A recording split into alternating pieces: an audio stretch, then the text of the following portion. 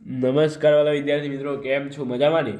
આજે આપણે ફરીથી વિડીયો લઈને આવી ગયા છીએ દ્વિતીય સત્ર પરીક્ષા માટે વિકાસ મૂલ્યાંકનલક્ષી અસાઇનમેન્ટ ધોરણ 8 એમાં આજે વિજ્ઞાન વિષયનું આપણે પ્રશ્ન નંબર 5 બ અને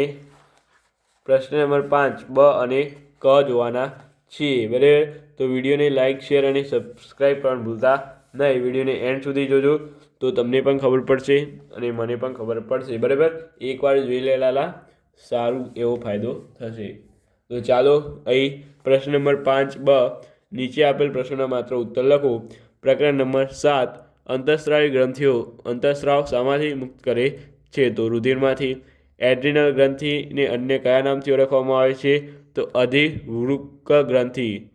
3 નંબર મનુષ્યના પ્રજનન કોષોમાં કેટલા રંગસૂત્રો હોય છે? તો 23. વ્યક્તિના આહારમાં પર્યાપ્ત માત્રામાં આયોડિન ન હોય તો શું થાય? તો ગોઈટર રોગ થાય. ત્યાર પછી પ્રકરણ નંબર 9 અહીં છે. પ્રકરણ નંબર 9 સ્થિર ઘર્ષણ, સરકતું ઘર્ષણ, લોટન ઘર્ષણમાંથી સૌથી ઓછું કયું ઘર્ષણ છે? તો એ જવાબ આવશે લોટન ઘર્ષણ. 2 નંબર છે કયા બળની હાજરીના કારણે ચોક વડે બ્લેકબોર્ડ પર લખી શકાય છે? તો ઘર્ષણ બળ. 3 નંબર છે તરલ દ્વારા ગતિમાન વસ્તુ પર લાગતા ઘર્ષણ બળનું નામ લખો. તો અહીંયા આવશે ઘસડાવું. 4 નંબર છે મશીનના ભાગોમાં ઘર્ષણ ઓછું લાગે તેના માટે શાનો ઉપયોગ કરવામાં આવે છે? તો ઊંજણ, બરાબર? ત્યાર પછી પ્રકરણ નંબર 10 લઈને આવી ગયા છીએ. હવે પદાર્થ 1 સેકન્ડમાં 20 કંપનો પૂર્ણ કરે તો તેની આવૃત્તિ કેટલા હર્ટ્ઝ હશે? તો 20 હર્ટ્ઝ. ડેસિબલ શાનો એકમ છે? તો ધ્વનિની પ્રબળતાનો. ધ્વનિની જે લાક્ષણિકતા તીના અને ઘેરા ધ્વનિને અલગ કરે છે તેનું નામ લખો. તો પીચ. સ્ત્રીના સ્વરતંતુઓની લંબાઈ લગભગ કેટલી હોય છે? તો અહીંયા આવશે 15 mm.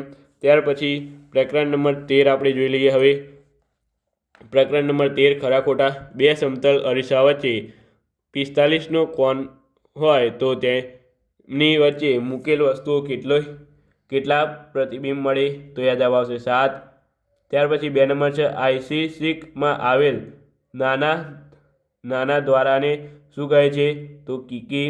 ત્યાર પછી 3 નંબર છે ઘુવડની આંખમાં કયા ચેતાકોષોની સંખ્યા ઘણી મોટી છે? તો અહીંયા સળીકોષો. ઘુવડની આંખમાં કયા ચેતાકોષોની સંખ્યા ઘણી મોટી છે? તો સળીકોષોની સંખ્યા. ત્યાર પછી 4 નંબર વિટામિન એની ઉણપથી આંખમાં કયો રોગ થવાની સંભાવના છે? તો રતાંધળાપણું, બરાબર? ત્યાર પછી આગળ આપણે હવે જોઈએ ખરા ખોટા.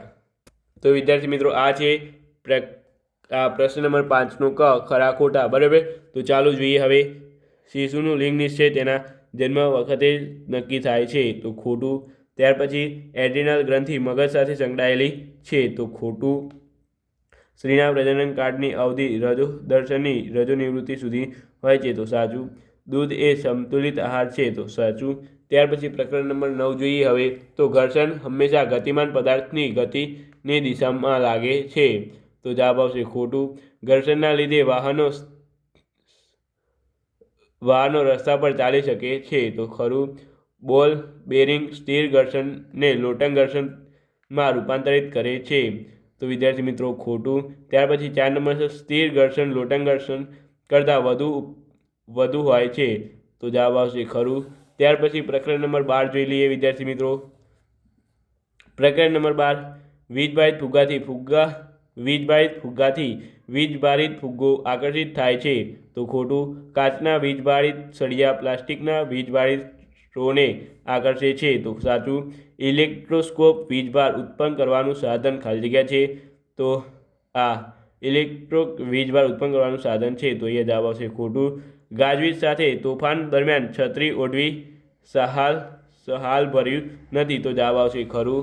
ત્યાર પછી પ્રકરણ નંબર 13 અહીંયા છે કે સમતલમાં ગોઠવેલ 2 અરીસા વચ્ચે મૂકેલ વસ્તુઓના બે પ્રતિબિંબ મળે છે, તો અહીંયા જવાબ આવશે ખોટું.